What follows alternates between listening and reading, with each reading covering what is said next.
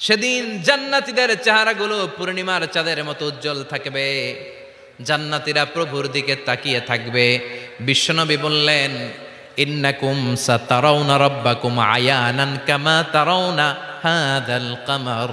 নিশ্চয়ই তোমরা জান্নাতের ভেতরে তোমাদের রবকে সচক্ষে চাক্ষুষ তোমাদের দুটি চোখ দিয়ে দেখবে, যেমনি আজকের পূর্ণিমার রাতে চাঁদটাকে তোমরা দেখতে পাও। গায়ের রক্ত গরম এদের, তাই না? এদেরকে দিয়েই সব সম্ভব। মুসলমান যুবক, তোমাকেই খুঁজছে বাংলাদেশ। তোমার কাঁধে অনেক দায়িত্ব। পর্নোগ্রাফি দেখে রাত নষ্ট করো না, চরিত্র শেষ করে দিও না, ক্যারিয়ারটাকে ধ্বংস করে দিও না। তোমাদের রক্ত গরম, তোমাদের দিয়ে অনেক কিছু সম্ভব। তোমরা বাতাসের গতিকে পাল্টে দিতে পারো, তোমরা সাগরের স্রোতকে উল্টে দিতে পারো, তোমরা ইতিহাস গড়তে পারো। তোমার দিকে তাকিয়ে আছে আমার দেশের লাল সবুজের পতাকা। কেমন আছেন সবাই? আলহামদুলিল্লাহ, আমরা সবাই ভালো আছি। আমাদেরকে ভালো রেখেছে কে? আমাদেরকে সুস্থ রাখে কে? মাঝে মাঝে অসুস্থ বানিয়ে পরীক্ষা করে কে? এজন্য সব সময় প্রশংসা করতে হবে একজনের, তিনি কে? কেউ যেটা পারে না পারে কে? কেউ যেটা দেখে না দেখে কে? কেউ যেটা দেয় না দেয় কে? সবার চোখ ফাঁকি দেয়া গেলেও আল্লাহর চোখ ফাঁকি দেয়া যায় না, ঠিক কি না? এজন্য আমরা সব সময় প্রশংসা করব একজনের। চিল্লায় বলেন, তিনি কে? সব সময়। সকালবেলা প্রশংসা করব কার? বিকেলবেলা, শীতকালে, গ্রীষ্মকালে, দেশে থাকলে, প্রবাসে গেলে, খাওয়ার সময়, নামাজের সময়, ঘুষ দেওয়ার সময়। আল্লাহর না, আমরা ঘুষ খেতে চাই না, ঘুষ দিতে চাই না। আমরা ঘুষ মুক্ত বাংলাদেশ চাই। আমরা চাই না আমাদের অফিস আদালতগুলোতে ঘুষের কালচার প্র্যাকটিস হোক। আমরা এটা চাই না। আমরা চাই দুর্নীতিমুক্ত একটা বাংলাদেশ, যে বাংলাদেশে মানুষ থাকবে স্বাধীন, তার কথা বলার স্বাধীনতা, তার সব ধরনের স্বাধীনতা যেখানে নিশ্চিত হবে, যেখানে খাদ্যে ভেজাল দেয়া হবে না, ওজনে কম দেয়া হবে না, মাছে ফরমালিন দেয়া হবে না, যে দেশে টেন্ডারবাজি থাকবে না, চাঁদাবাজি থাকবে না, কোন সুন্দরী নারী রাত্রিবেলা একা একা হেঁটে যাবে, তাকে ধর্ষিতা হওয়া লাগবে না। এরকম বাংলাদেশ আমরা চাই কি চাই না? এরকম বাংলাদেশ যদি চাই তাহলে এই কিতাবটা মানতে হবে। চিল্লা এখন ঠিক কিরা? আর সব সময় প্রশংসা করতে হবে একজনের, তিনি কে? কেউ যেটা পারে না পারে কে? আল্লাহর মতো ক্ষমতাশালী কেউ আছে? কথা বলেন। তার ধনভাণ্ডারের কোনো কুল কিনারা আছে? তার দয়া মায়ার কোনো পরিসীমা আছে? আল্লাহ বলেন, লাউ আন্না আউওয়ালাকুম ওয়া আখিরাকুম ওয়া ইনসাকুম ওয়া জিন্নাকুম, পৃথিবীর শুরু থেকে শেষ অবধি যত মানুষ পৃথিবীতে এসেছে, আছে এবং আসবে, সবাই যদি একটা প্রান্তরে দাঁড়িয়ে হাত পেতে আমার কাছে চাইতে শুরু করে দেয় যে আল্লাহ এটা দাও, ওটা দাও, নারী দাও, গাড়ি দাও, বাড়ি দাও, ক্ষমতা দাও, সব দাও, আর আমি সবাইকে যদি একটার পর একটা দিতে দিতে তাদের সব চাওয়াগুলো আমি দিয়ে ফেলি, তারপরেও আমি আল্লাহর ধনভাণ্ডারের 1 ইঞ্চিও কমবে না। এজন্য সবসময় চাইবো কার কাছে? ইযা সাআলতা ফাসআলিল্লাহ ওয়া ইযা ইসতাআনতা ফাসতাইন বিল্লাহ। সাহায্য চাইতে হয় কার কাছে যাব? নাকি খাজা বাবার কাছে, দয়াল বাবা, ছোট হুজুর, বড় হুজুর? কারো কাছে সাহায্য চাওয়া যাবে? কার কাছে সাহায্য চাবো? সব সময়ের জন্য আমরা আল্লাহর কাছে সাহায্য চাইতে পারি। আল্লাহ তুমি তৌফিক দাও। আরো জোরে পড়েন আমিন। আসুন শুরুতেই আমরা আল্লাহ রাব্বুল ইজ্জাত ওয়াল জালালের দরবারে শুকরিয়া জানাই যে আল্লাহ তাআলা আজকে এমন চমৎকার একটি পরিবেশে আমাদেরকে মহাবিশ্বের মহাবিশ্বয় মহাগ্রন্থ আল কোরআন থেকে কথা শুনবার একটি পরিবেশ করে দিয়েছেন। আসুন আমরা পড়ে নেই সবাই একসাথে সমস্বরে সুউচ্চ কণ্ঠে কালিমাতুশ শুকুর, আলহামদুলিল্লাহ। সবাই পড়েন, রব্বানা লাকাল হামদ হামদান কাসীরান তাইয়্যিবান মুবারাকান ফীহি ইয়া রাব্বি লাকাল হামদু কামা ইয়ানবাগি লিজালালি ওয়াজহিকা ওয়া আযীমি সুলতানিকা লাকাল হামদু বিল ঈমান লাকাল হামদু বিল ইসলাম লাকাল হামদু বিল কুরআন। আমরা প্রশংসা করলাম কার? সব সময় প্রশংসা চলবে কার? আল্লাহ তুমি সহি সমঝ দান করো। সুন্নাতুস সিদ্দিকিন, সুন্নাতুস সলিহিন। সিদ্দিকিন হচ্ছে তারা যারা সত্য প্রকাশে, সত্য গ্রহণে আপোষহীন। সত্য রিসিভ করার ক্ষেত্রে, সত্য প্রচার করার ক্ষেত্রে সত্যের ব্যাপারে কোনো আপোষ চলবে না। চিল্লা এখন ঠিক কিনা? এটা মুমিনের বৈশিষ্ট্য। আর আপোষ করে হচ্ছে মুনাফিকেরা। মুনাফিকেরা হচ্ছে ভিতরে এক বাইরে আরেক, ওদের নাম হচ্ছে মুনাফিক। এরকম আছে না কিছু?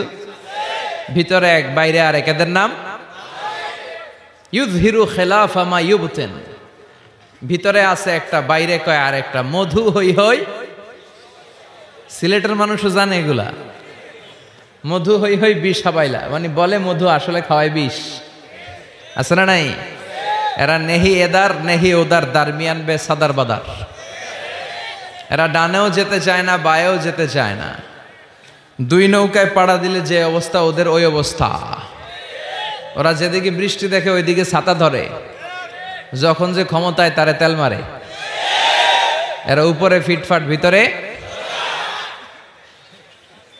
সদরঘাট চিনেন? এরা উপরে ফিটফাট, ভিতরে সদরঘাট। এদের সাথে মুমিনের কোনো সম্পর্ক নাই। মুমিনের রাস্তা একটা, এটা সিরাতুল মুস্তাকিম। মুমিন সত্যের ব্যাপারে আপোষহীন। ঠিক কিনা? বিশ্বনবী মুহাম্মদ রাসূলুল্লাহ সাল্লাল্লাহু আলাইহি ওয়াসাল্লাম শিয়াবে আবি তালেবে জেল খেটেছেন, সুন্নাত পালন করেছেন 3 বছর, 3 ইয়ার্স। প্রথম বছর ছাগলের গোশত খেয়েছেন, দ্বিতীয় বছর ছাগল শেষ, ছাগলের চামড়া খেয়েছেন। তৃতীয় বছর চামড়াও শেষ, গাছের পাতা, ডাল আর বাকল খেয়ে বিশ্বনবী সাহাবাদেরকে নিয়ে জীবনযাপন করেছেন। জোরে কোন ঠিক কিনা? সাইয়েদনা ইউসুফ আলাইহিস সালাম জেল খেটেছেন 10 বছর। এটা হচ্ছে সুন্নাতুল আম্বিয়া। গায়ের রক্ত গরম এদের, তাই না? এদেরকে দিয়েই সব সম্ভব। মুসলমান যুবক, তোমাকেই খুঁজছে বাংলাদেশ। তোমার কাঁধে অনেক দায়িত্ব। পর্নোগ্রাফি দেখে রাত নষ্ট করো না, চরিত্র শেষ করে দিও না, ক্যারিয়ারটাকে ধ্বংস করে দিও না। তোমাদের রক্ত গরম, তোমাদের দিয়ে অনেক কিছু সম্ভব। তোমরা বাতাসের গতিকে পাল্টে দিতে পারো, তোমরা সাগরের স্রোতকে উল্টে দিতে পারো, তোমরা ইতিহাস গড়তে পারো। তোমার দিকে তাকিয়ে আছে আমার দেশের লাল সবুজের পতাকা। যুবকরা যদি ইসলামের পক্ষে থাকে, ভালো থাকবে বাংলাদেশ। এজন্য বিশ্বনবী যুবকদেরকে ভালোবাসতেন। বিশ্বনবী যখন মক্কাতুল মুকাররমাতে দাওয়াতি কাজ শুরু করলেন, সর্বপ্রথম যুবকেরাই বিশ্বনবীকে সাপোর্ট দিয়েছে। এজন্য তোমাদের কাঁধে huge responsibilities, you belong huge responsibilities on your shoulder. তোমাদের কাঁধে অনেক দায়িত্ব, অনেক দূর তোমাদের যেতে হবে। এ দেশের জন্য, এ সমাজের জন্য, মুসলিম উম্মার জন্য তোমাকে অনেক কিছু করতে হবে। ঠিক কিনা? যারা মিডিয়ার সামনে বসে ইসলামের বিরুদ্ধে কথা বলে, প্রগতিশীল বলে নিজেদেরকে দাবি করে, আর ইসলামের ইতিহাসকে ভুলে গিয়ে ইসলামকে মাটির সাথে মিশিয়ে দিতে চায়, ওদের কানের ভেতরে এই তাকবীরের আওয়াজগুলো ঢুকিয়ে দেয়া দরকার। জোরে বলেন ঠিক কিনা? ওরা ইসলামের নেচারটাই বোঝে নাই। ইসলামকে আমি বলি চারা বীজের মতো। চারা বীজ, এই চারা বীজ, ওরা চায় ইসলামকে মাটির নিচে ডুবিয়ে ফেলতে, মাটির নিচে গেড়ে দিতে। কিন্তু ইসলাম হচ্ছে চারা বীজের মতো, এটাকে মাটিতে গেড়ে দিলে এটা গাছ হয়ে উপরের দিকে উঠতে শুরু করে দেয়। যেরকম ঠিক কিনা? এটা প্লাস্টিকের টিউবের মতো। যারা সাঁতার জানে না তারা প্লাস্টিকের টিউব নিয়ে নদীতে নামে, সাগরে নামে, যাতে ডুবে না যায়। তো এই প্লাস্টিকের টিউবে যত আপনি চেপে ধরে সাগরের নিচে, পানির নিচে ডুবাবেন, এই টিউব উপরের দিকে ভেসে ওঠে। এজন্য ইসলামের বিরুদ্ধে ষড়যন্ত্র করতে চাইলে ওরা ওদের ষড়যন্ত্র বুমেরাং করে দেয় কে? কারণ এটার নেচার হচ্ছে এটাকে দাবিয়ে রাখা যায় না, এটাকে থামাতে গেলে এটা শাখা প্রশাখা সমেত হুঙ্কার দিয়ে ডানা মেলে দাঁড়িয়ে যায়। চিল্লায় বলেন ঠিক কিনা? এজন্য আমরা সবসময় ইসলামের পক্ষে থাকবো। আল্লাহ তুমি তৌফিক দাও। আরো জোরে পড়েন আমিন। আবার রব্বুল আলামিন বলেন, কিতাবুন আনজালনাহু ইলাইকা লিতুখরিজান নাসা মিনাল যুলুমাতি ইলান নূর। ও Muhammad, I've revealed this holy and sacred book unto you in order to lead the mankind out of darkness into the light. ও নবী, কেন এই কোরআন পাঠিয়েছি জানো? এই কোরআনকে আমি পাঠিয়েছি অনেকগুলো অন্ধকার থেকে তোমাকে একটি আলোর দিকে পাঠাতে, জাহান্নামীগুলোরে জান্নাতি বানাতে, মানুষগুলোরে ভদ্র সভ্য সিভিলাইজড বানানোর জন্য এই কোরআনকে পাঠিয়েছে কে? কোরআন যারা পড়বে তারা ভদ্র হবে, ঠিক কিনা? এজন্য যে মা বাবারা ছেলেমেয়েদেরকে ভদ্র বানাতে চান, ছেলেমেয়েদেরকে এই একটা বই পড়ায় দিবেন, বইটার নাম। এজন্য আমি সবসময় বলি, teach your children the Holi Quran. The Holi Quran will teach your children everything in the world. আপনি আপনার ছেলের শুধু এই কোরআনটা শিখায়া দেন, এই কোরআন আপনার ছেলেরে গোটা বিশ্বটা শিখায়া দিবে, ঠিক কিনা? কারণ কোরআন পড়লে আপনার ছেলে ভদ্র হবে, মার্জিত হবে, সুশিক্ষিত হবে। কারণ কোরআনের প্রথম কথাই হচ্ছে পড়ো।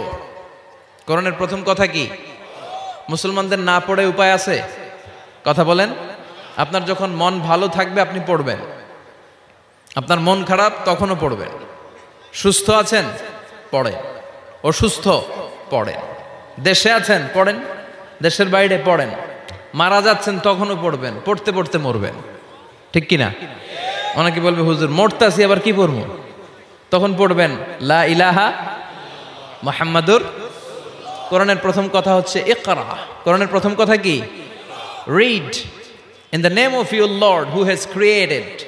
পড়ো তোমার প্রভুর নামে যিনি তোমায় শিখিয়েছেন। আল কোরআনের প্রথম বাণী পড়ো, আল হাদিসে নবীর কথা পড়ো। আল কোরআনের প্রথম বাণী পড়ো, আল হাদিসে নবীর কথা পড়ো। পড়ে পড়ে শেখো, শিখে শিখে তুমি তোমার নিজের জীবন গড়ো। সুবহানাল্লাহ পড়েন। পড়ে পড়ে কোরআন পড়ে পড়ে কোরআন থেকে আলো নিয়ে নিজেকে আলোকিত করে নিজের জীবন গড়তে হবে, ঠিক কিনা? আল্লাহ বলছেন, যারা জান্নাতি আর যারা জাহান্নামী তারা কখনো এক হতে পারে না। যারা জান্নাতি তারাই হচ্ছে আসল সফল কাম। চিল্লায় বলেন ঠিক কিনা? আল্লাহ পৃথিবীতে সফলতার অনেক মানদণ্ড দিয়েছেন। কোন আয়াতে আল্লাহ বলেছেন, যারা ঈমান এনেছে তারা সফল। সফল হয়েছে তারা ঈমান এনেছে যারা, ঠিক কিনা? রব্বুল আলামিন বলেন, ক্বাদ আফলাহাল মুমিনুনাল্লাযীনা হুম ফি সলাতিহিম খাশিউন। সফল হয়েছে তারা, ঈমান এনেছে যারা। কার কথা? এই আয়াত থেকে বোঝা গেল সফলতার মানদণ্ড হচ্ছে ঈমান। যার ঈমান নাই তার জীবনে সফলতা নাই, ঠিক কিনা? আবার অপর আয়াতে আল্লাহ বললেন, ক্বাদ আফলাহা মান যাক্কাহা ওয়া ক্বাদ খাবা মান দাসসাহা। আত্মাকে পরিশুদ্ধ করেছে যে সফল হয়েছে সে। আল্লাহু আকবার। আবার এই আয়াতে রব্বুল আলামিন বললেন, যারা জান্নাতে যাওয়ার সার্টিফিকেট পেয়েছে তারাই দুনিয়ার বুকে সফল হয়েছে। আসলেই তো, জাহান্নাম থেকে মুক্তির ঘোষণা যদি আমি পেয়ে যাই আর জান্নাতে ঢুকার সার্টিফিকেট যদি আমি হাতে পাই, আমার চেয়ে সফল আর কেউ হতে পারে? কথা বলেন। এজন্য রব্বুল আলামিন বলেন, ফামান যুহজিহা আনিন নারি ওয়া উদখিলাল জান্নাতা ফাকাদ ফাজ ওয়া মাল হায়াতুদ দুনিয়া ইল্লা মাতাউল গুরুর। জাহান্নাম থেকে যে মুক্তি পেল, জান্নাতে ঢুকার সুযোগ যে পেল, সেই সফল হলো, ঠিক কিনা? ফারিকুন ফিল জান্নাতি ও ফারিকুন ফিস সাঈর। সবাই জান্নাতে যাবে না, একদল যাবে জান্নাতে আর একদল যাবে জাহান্নামে। এখন সিদ্ধান্ত আপনার, দ্য চয়েস ইজ ইয়ার্স। আপনার একটা শক্ত সিদ্ধান্তই পারে আপনাকে জান্নাতে ঢুকাতে, আর আপনার একটা দুর্বল সিদ্ধান্তই আপনাকে জাহান্নামের অধিবাসী বানানোর জন্য যথেষ্ট। চিল্লায় বলেন ঠিক কিনা? এজন্য সিদ্ধান্ত আপনার, দ্য চয়েস ইজ ইয়ার্স। আল্লাহ বললেন সবাই জান্নাতে যাবে না, কারণ জাহান্নামে অনেকে যাবে, কিন্তু আমাদের সিদ্ধান্ত নিতে হবে যে আমরা জান্নাতে যাব। আমরা কই যাব? কথা বলেন। জান্নাতে যে যাবে এটাও কইতে পারে না। জান্নাতে যাওয়ার ইচ্ছা আছে না সবার? ইচ্ছে নাই কার কার? হাত তোলেন তো। সবার ইচ্ছা আছে তো? আমরা জান্নাতে যেতে চাই, কারণ জান্নাত হচ্ছে আরামের জায়গা। আরাম চায় না কে? সবাই আরাম চায়, ঠিক কিনা? জান্নাত যদি আরামের জায়গা হয়, তার মানে জাহান্নাম হচ্ছে ব্যারামের জায়গা। ব্যারাম বুঝেন? কষ্টের জায়গা। জাহান্নাম হচ্ছে কষ্টের জায়গা, আর জান্নাত হচ্ছে আরামের জায়গা। জান্নাতে কোনো টেনশন নাই, জান্নাতের ভেতরে কোনো ঝামেলা নাই, জান্নাতে কোনো মারামারি নাই, কিলাকিলি নাই, হরতাল নাই, গদি লইয়া টানাটানি নাই, ঠিক কিনা?